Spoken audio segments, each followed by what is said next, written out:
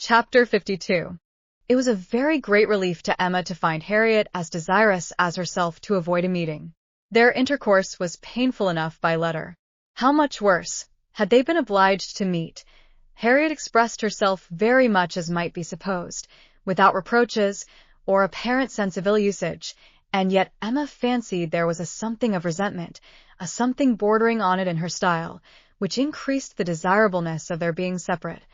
It might be only her own consciousness, but it seemed as if an angel only could have been quite without resentment under such a stroke. She had no difficulty in procuring Isabella's invitation, and she was fortunate in having a sufficient reason for asking it, without resorting to invention.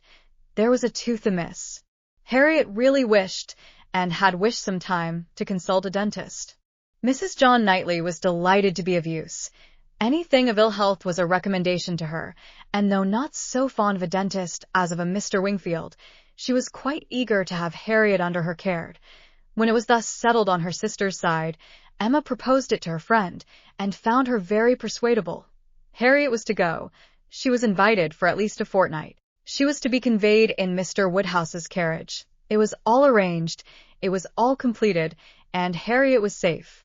In Brunswick Square, now Emma could, indeed, enjoy Mr. Knightley's visits. Now she could talk, and she could listen with true happiness, unchecked by that sense of injustice, of guilt, of something most painful, which had haunted her when remembering how disappointed a heart was near her, how much might at that moment, and at a little distance, be enduring by the feelings which she had led astray herself. The difference of Harriet at Mrs. Goddard's, or in London, made perhaps an unreasonable difference in Emma's sensations, but she could not think of her in London without objects of curiosity and employment, which must be averting the past, and carrying her out of herself. She would not allow any other anxiety to succeed directly to the place in her mind which Harriet had occupied. There was a communication before her, one which she only could be competent to make, the confession of her engagement to her father, but she would have nothing to do with it at present. She had resolved to defer the disclosure till Mrs. Weston were safe and well. No additional agitation should be thrown at this period among those she loved, and the evil should not act on herself by anticipation before the appointed time. A fortnight, at least, of leisure and peace of mind, to crown every warmer, but more agitating, delight, should be hers. She soon resolved, equally as a duty and a pleasure, to employ half an hour of this holiday of spirits in calling on Miss Fairfax. She ought to go, and she was longing to see her. The resemblance of their present situations increasing every other motive of goodwill. It would be a secret satisfaction, but the consciousness of a similarity of prospect would certainly add to the interest with which she should attend to anything Jane might communicate. She went. She had driven once unsuccessfully to the door, but had not been into the house since the morning after Box Hill, when poor Jane had been in such distress as had filled her with compassion. Though all the worst of her sufferings had been unsuspected, the fear of being still unwelcome determined her, though assured of their being at home, to wait in the passage and send up her name. She heard Patty announcing it, but no such bustle succeeded as poor Miss Bates had before made so happily intelligible. No, she heard nothing but the instant reply of, "Beg her to walk up," and a moment afterwards she was met on the stairs by Jane herself, coming eagerly forward, as if no other reception of her were felt sufficient. Emma had never seen her look so well, so lovely, so engaging. There was consciousness, animation, and warmth. There was everything which her countenance or manner could ever have wanted.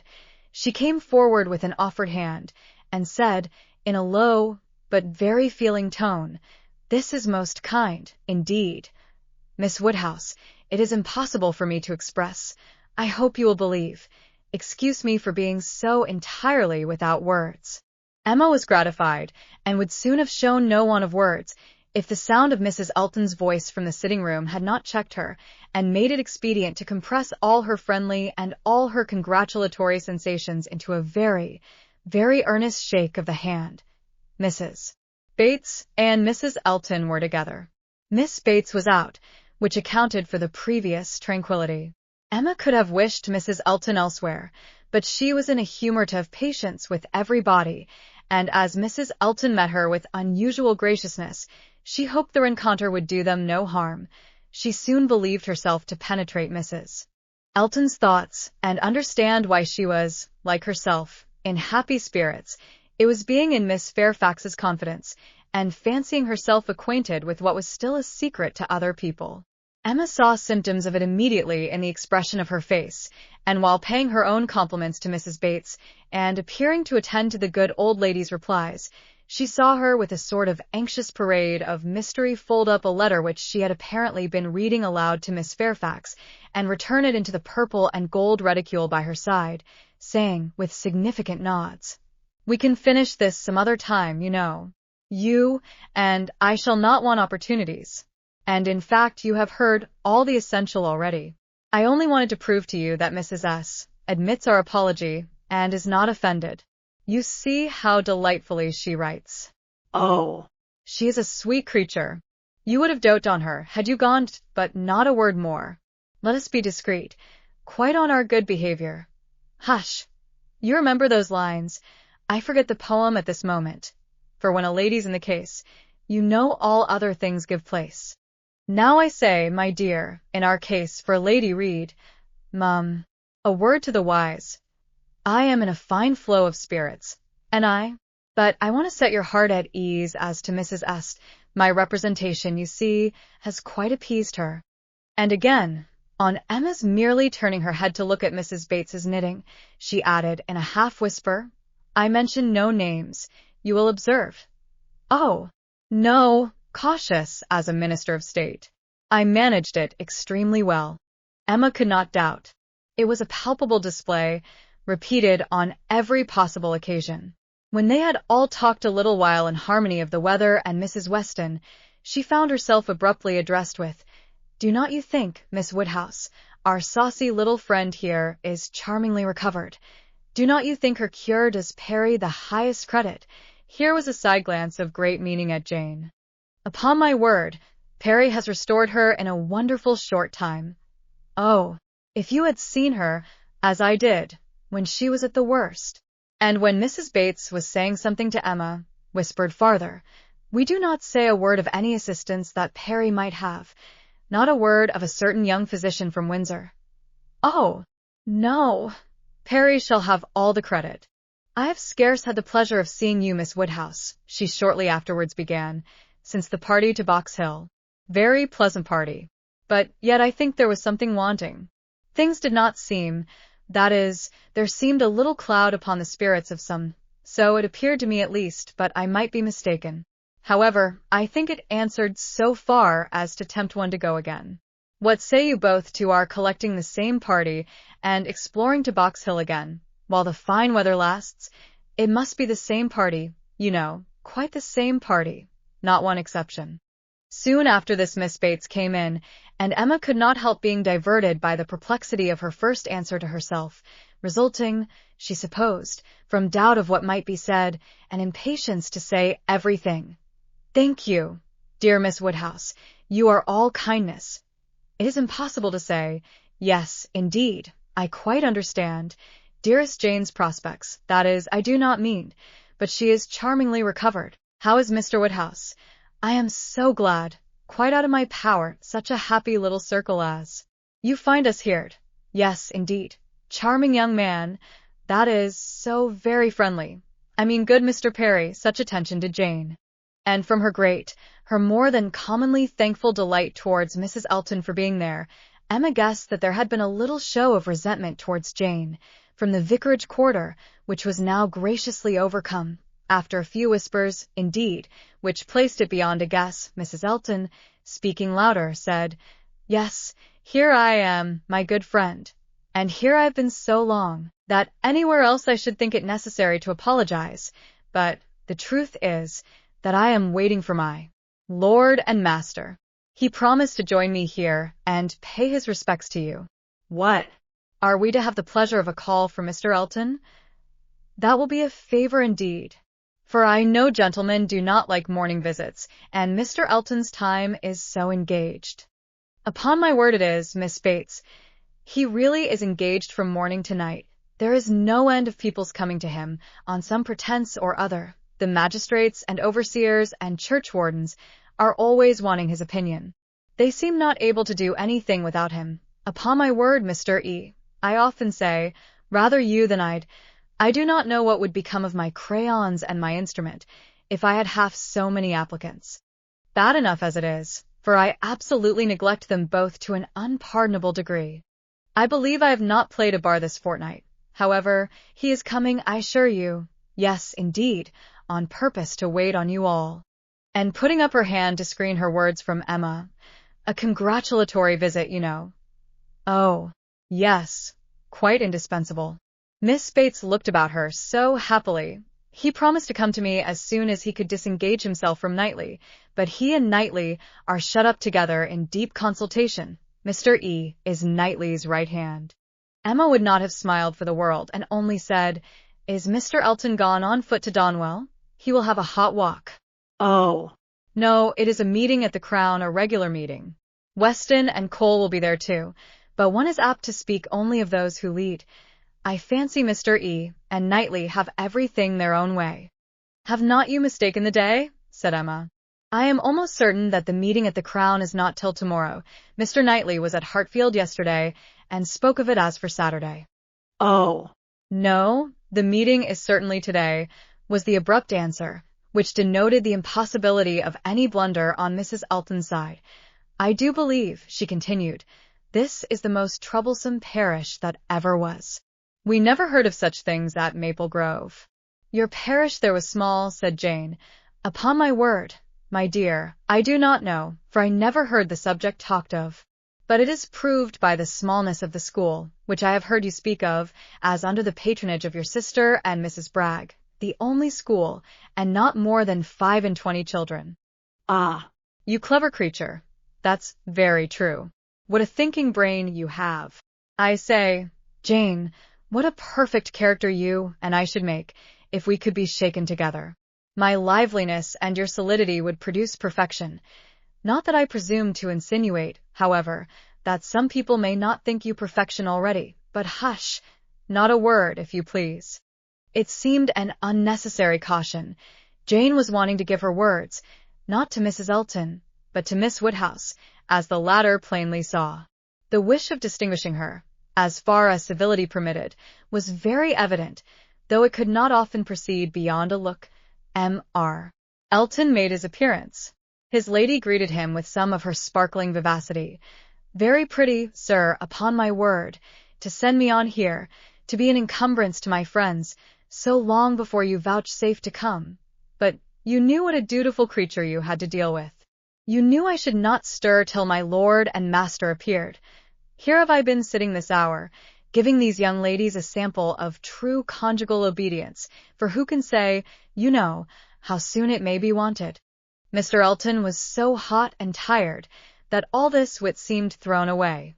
His civilities to the other ladies must be paid, but his subsequent object was to lament over himself for the heat he was suffering and the walk he had had for nothing. "When I got to Donwell," said he, "Knightley could not be found. Very odd. Very unaccountable.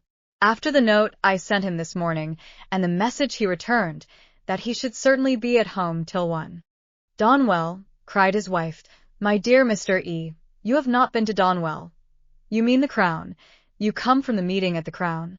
"No, no, that's tomorrow, and I particularly wanted to see Knightley today on that very account. Such a dreadful broiling morning. I went over the fields too," speaking in a tone of great ill-usage, which made it so much the worse. "And then not to find him at home. I assure you I am not at all pleased. And no apology left, no message for me.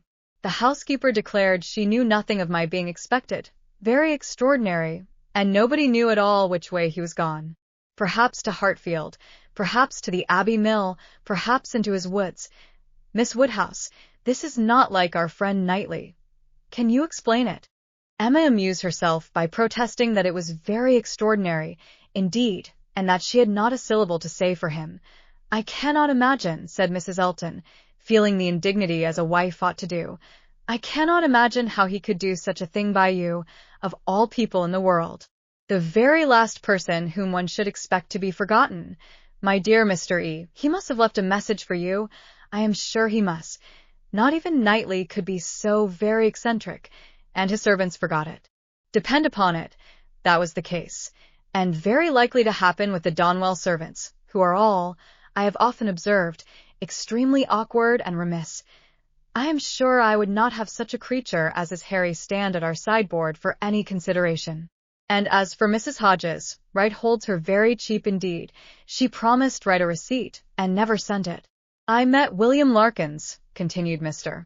Elton, as I got near the house, and he told me I should not find his master at home, but I did not believe him. William seemed rather out of humor. He did not know what was come to his master lately, he said, but he could hardly ever get the speech of him. I have nothing to do with William's wants, but it really is of very great importance that I should see Knightley today, and it becomes a matter, therefore, of very serious inconvenience that I should have had this hot walk to no purpose. Emma felt that she could not do better than go home directly. In all probability she was at this very time waited for there, and Mr. Knightley might be preserved from sinking deeper in aggression towards Mr. Elton, if not towards William Larkins. She was pleased, on taking leave, to find Miss Fairfax determined to attend her out of the room, to go with her even downstairs. It gave her an opportunity which she immediately made use of, to say, "It is as well, perhaps, that I have not had the possibility. Had you not been surrounded by other friends, I might have been tempted to introduce a subject, to ask questions, to speak more openly than might have been strictly correct. I feel that I should certainly have been impertinent." "Oh!" cried Jane, with a blush and an hesitation which Emma thought infinitely more becoming to her than all the elegance of all her usual composure. "There would have been no danger. The danger would have been of my wearying you. You could not have gratified me more than by expressing an interest." "Indeed, Miss Woodhouse, speaking more collectedly, with a consciousness which I have of misconduct, very great misconduct, it is particularly consoling to me to know that those of my friends, whose good opinion is most worth preserving, are not disgusted to such a degree as to— I have not time for half that I could wish to say. I long to make apologies, excuses, to urge something for myself. I feel it so very due. But, unfortunately, in short, if your compassion does not stand my friend— Oh, you are too scrupulous, indeed you are," cried Emma warmly, and taking her hand. "You owe me no apologies, and everybody to whom you might be supposed to owe them is so perfectly satisfied, so delighted even. You are very kind, but I know what my manners were to. So cold and artificial. I had always a part to act. It was a life of deceit. I know that I must have disgusted you. Pray say no more. I feel that all the apologies should be on my side. Let us forgive each other at once. We must do whatever is to be done quickest, and I think our feelings will lose no time there. I hope you have pleasant accounts from Windsor?" "Very. And the next news, I suppose, will be that we are to lose you, just as I begin to know you." "Oh!" "As to all that, of course nothing can be thought of yet. I am here till claimed by Colonel and Mrs. Campbell. Nothing can be actually settled yet, perhaps," replied Emma, smiling. "But, excuse me, it must be thought of." The smile was returned as Jane answered, "You are very right. It has been thought of. And I will own to you, I am sure it will be safe, that so far as our living with Mr. Churchill at Enscombe, it is settled. There must be 3 months, at least, of deep mourning, but when they are over, I imagine there will be nothing more to wait for." Thank you. This is just what I wanted to be assured of. Oh, if you knew how much I love everything that is decided and open. Goodbye.